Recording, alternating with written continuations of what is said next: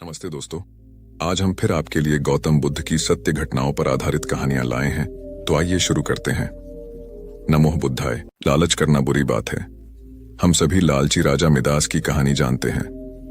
उसके पास सोने की कमी नहीं थी, लेकिन सोना जितना बढ़ता वह और अधिक सोना चाहता। उसने सोने को खजाने में जमकर लिया था और हर रोज उसे गिना करता था। एक दिन जब वह सोना गिन रहा था तो एक अजनबी कहीं से आया और बोला, तुम मुझसे ऐसा कोई वरदान मांग सकते हो जो तुम्हें दुनिया में सबसे ज्यादा खुशी दे। राजा खुश हुआ और उसने कहा, मैं चाहता हूं कि जिस चीज को छू वह सोना बन जाए। अजनबी ने राजा से पूछा, क्या तुम सचमुच यही चाहते हो? राजा ने कहा, हां। तो अजनबी बोला, कल सूरज की पहली किरण के साथ ही तुम्हें किसी चीज को छूकर सोना बना देने की ताकत मिल जाएगी।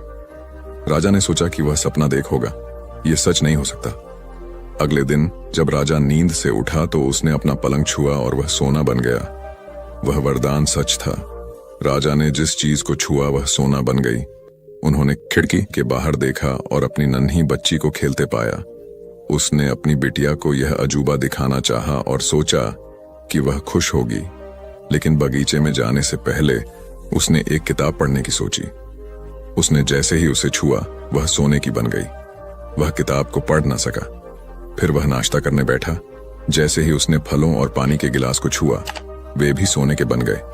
उसकी भूख बढ़ने लगी और वह खुद से बोला, मैं सोने को खा और पी नहीं सकता। ठीक उसी समय उसकी बेटी दौड़ती हुई वहां आई और उसने उसे बाहों में भर लिया। वह सोने की मूर्ति बन गई।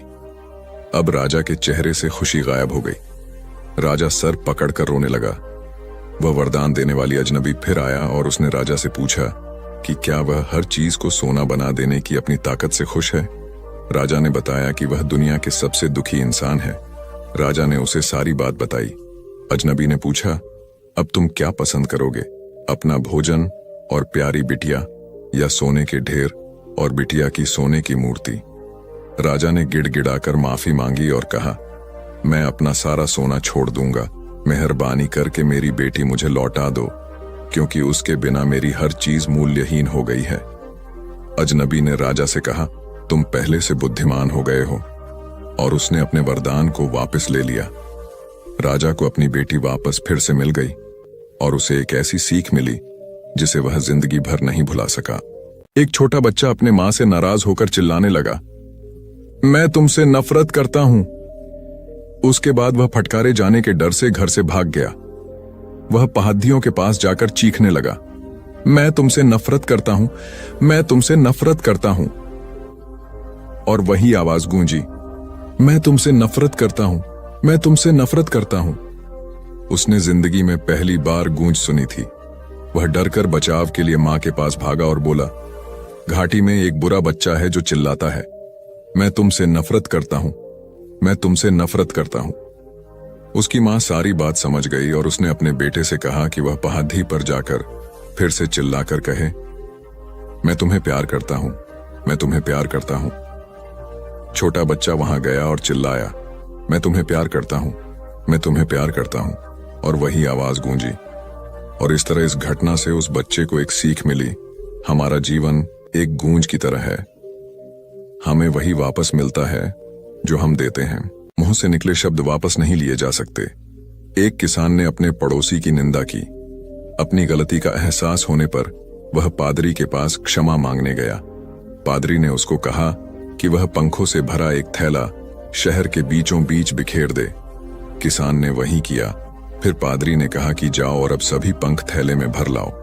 किसान ने ऐसा करने की बहुत कोशिश की, मगर सारे पंख हवा से इधर उधर उड़ गए थे। जब वह खाली थैला लेकर लौटा तो पादरी ने कहा कि यही बात हमारे जीवन पर लागू होती है। तुमने बात तो आसानी से कह दी, लेकिन उसे वापस नहीं ले सकते, इसलिए शब्दों के चुनाव ज्यादा सावधानी बरतनी चाहिए।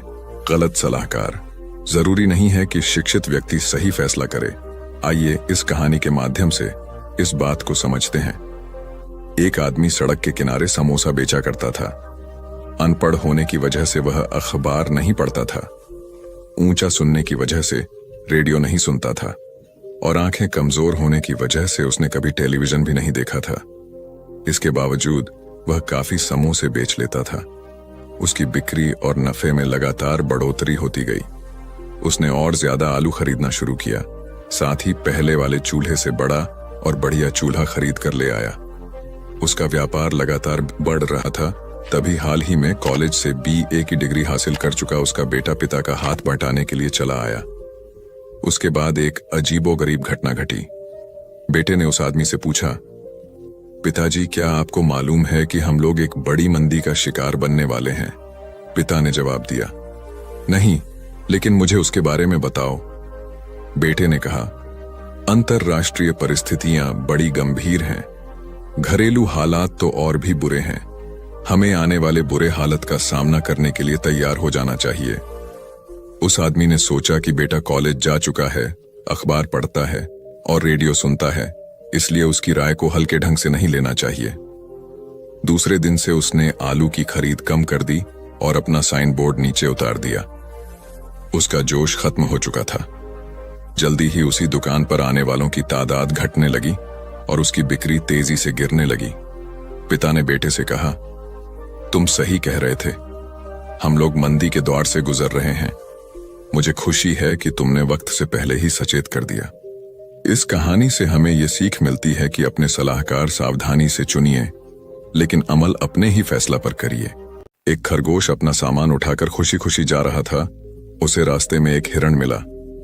हिरण ने कहा, क्या बात है खरगोश मियां, बड़े खुश नजर आ रहे हो।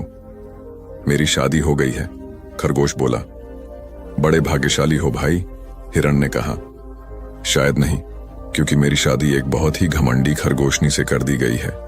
उसने मुझसे बड़ा घर, ढेर सारे पैसे और कपड़े मांगे जो मेरे पास नहीं थे, खरगोश ने उत्तर दिया। बड़े दुख की बात है ना, हिरण ने धीरे से कहा। शायद नहीं, क्योंकि मैं उसे बहुत चाहता हूं, इसीलिए मैं खुश हूं कि वह मेरे साथ तो है, खरगोश बोला।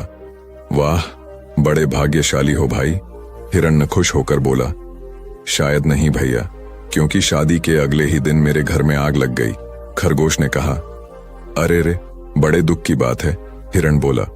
शायद नहीं, क्योंकि मैं अपना सामान बाहर निकाल लाया और उसे जलने से बचा लिया, खरगोश बोला। अच्छा, बड़े भाग्यशाली हो भाई, हिरण ने लंबी सांस छोड़ते हुए कहा। नहीं भाई, शायद नहीं, क्योंकि जब आग लगी तो मेरी पत्नी अंदर सो रही थी, खरगोश ने उदास स्वर में कहा। ओहो, ये तो बड़े दुख की बात है, हिरण बोला। नहीं नहीं, बिल्कुल नहीं, क्योंकि मैं आग में कूद पड़ा और अपनी प्यारी पत्नी को सही सलामत बाहर निकाल लाया। और जानते हैं सबसे अच्छी बात क्या हुई? इस घटना से उनसे सीख लिया है कि सबसे प्यारी चीज है जिंदगी। पैसा, घर और कपड़े हों या ना हो, लेकिन आपस का प्यार होना बहुत जरूरी है, खरगोश ने मुस्कुराते हुए कहा। दूसरों की भावनाएं समझना। एक बच्चा पालतू जानवरों की दुकान में एक पिल्ला खरीदने गया। वहां 4 पिल्ले साथ बैठे थे, जिनमें से हर एक की कीमत $50 थी। एक पिल्ला कोने में अकेला बैठा हुआ था। उस बच्चे ने जानना चाहा कि क्या वह उन्हीं बिकाऊ पिल्लों में से एक था और वह अकेला क्यों बैठा था। दुकानदार ने जवाब दिया कि वह उन्हीं में से एक है, मगर अपाहिज है और बिकाऊ नहीं है। बच्चे ने पूछा, उसमें क्या कमी है? दुकानदार ने बताया कि जन्म से ही इस पिल्ले की एक टांग बिल्कुल खराब है और उसके पूंछ के पास अंगों में भी खराबी है। बच्चे ने पूछा, आप इसके साथ क्या करेंगे? तो उसका जवाब था कि इसे हमेशा के लिए सुला दिया जाएगा। उस बच्चे ने दुकानदार ने पूछा कि क्या वह उस पिल्ले के साथ खेल सकता है? दुकानदार ने कहा, क्यों नहीं। बच्चे ने पिल्ले को गोद में उठा लिया और पिल्ला उसके कान को चाटने लगा। बच्चे ने उसी समय तय किया कि वह उसी पिल्ला को खरीदेगा। दुकानदार ने कहा, यह बिकाऊ नहीं है, मगर बच्चा जिद करने लगा। इस पर दुकानदार मान गया।